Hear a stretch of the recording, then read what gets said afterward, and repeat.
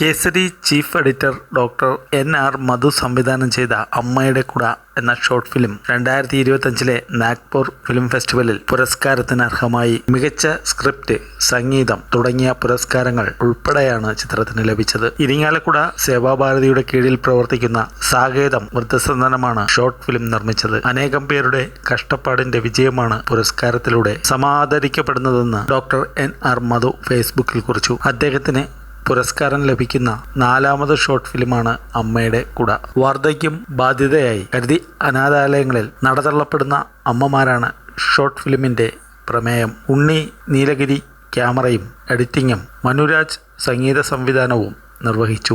സാകേതം വൃദ്ധസദനത്തിലും പരിസര പ്രദേശങ്ങളിലുമായിരുന്നു പ്രധാന ഭാഗങ്ങൾ ചിത്രീകരിച്ചത്. ബാക്കിയുള്ളവ കോഴിക്കോടിന്റെ വിവിധ പ്രദേശങ്ങളിൽ നിന്നുമാണ്. ചിത്രത്തിന് പിന്നിൽ പ്രവർത്തിച്ച എല്ലാവർക്കും ഡോക്ടർ NR മധു നന്ദി പറഞ്ഞു. അമ്മയുടെ കുട ആദ്യം അയച്ച ഫെസ്റ്റിവലിൽ തന്നെ വിജയം നേടിയത് കേസരി അമ്മന്റെ അനുഗ്രഹമാണെന്നും അദ്ദേഹം കൂട്ടിച്ചേർത്തു.